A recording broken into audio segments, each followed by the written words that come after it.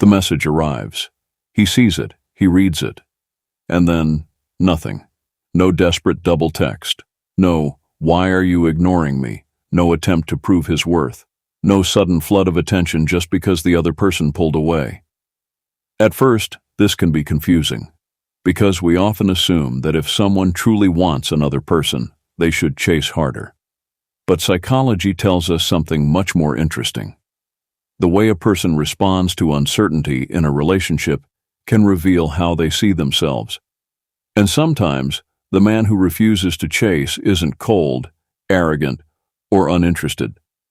Sometimes, he simply doesn't believe love should require him to abandon his dignity.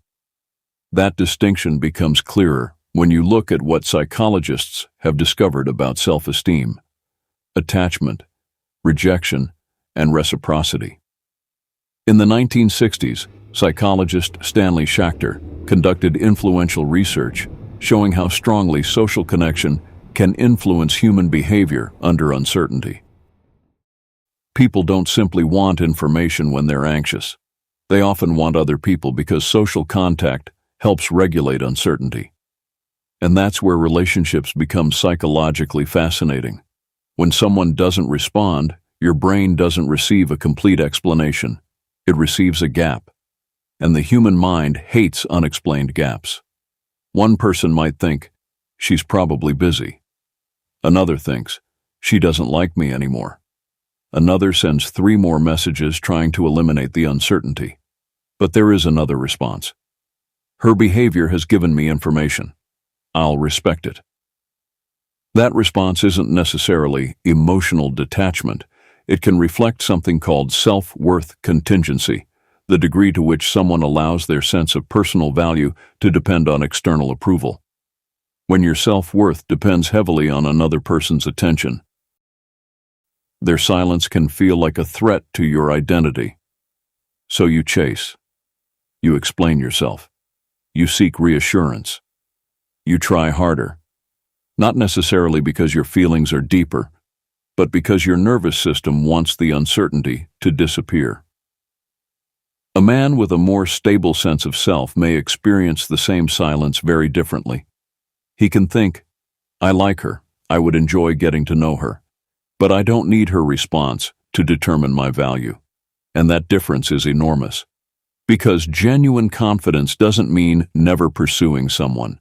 It means being able to pursue without becoming psychologically dependent on the outcome. This distinction appeared in one of the most important lines of research in relationship psychology, attachment theory.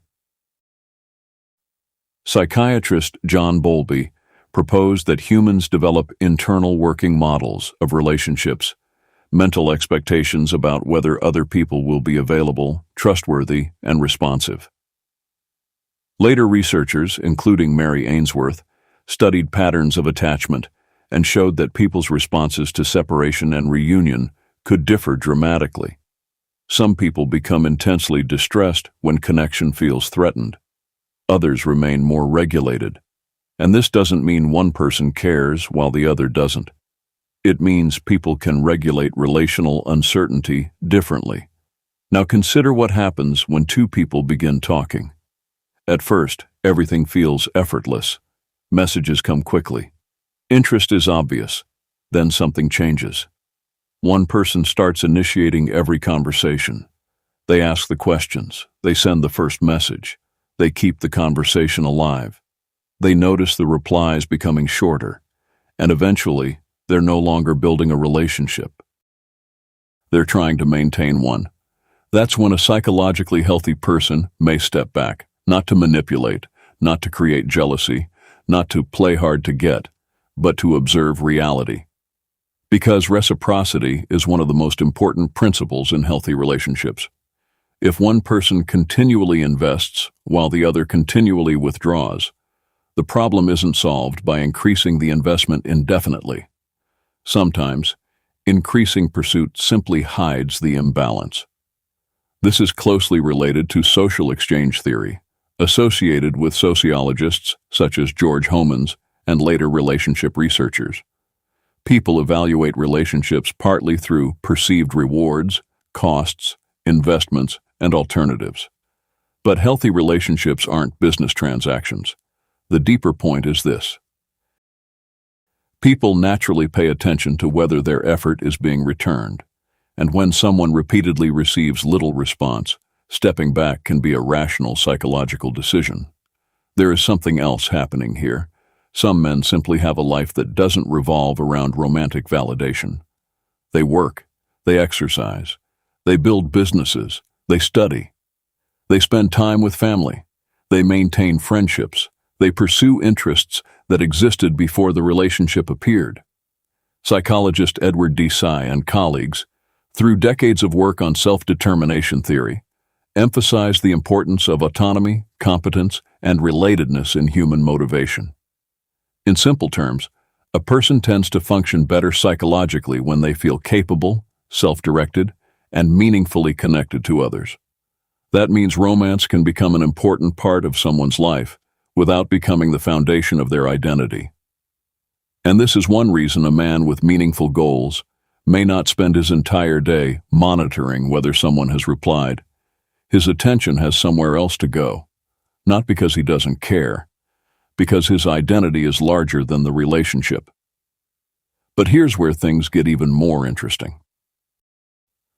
A man who doesn't chase may actually think about relationships more carefully than someone who immediately pursues every attraction. He may watch behavior before making conclusions. How does she treat people? Does she keep her word? Does she show consistency? Does she communicate respectfully? Are her values compatible with his? Is the attraction mutual? This is not emotional coldness. It's delayed judgment. Instead of allowing immediate attraction to make every decision, he gives himself enough time to gather information. And psychologists have long studied the difference between rapid emotional reactions and slower, more deliberate forms of judgment. Attraction can be immediate. Compatibility takes time.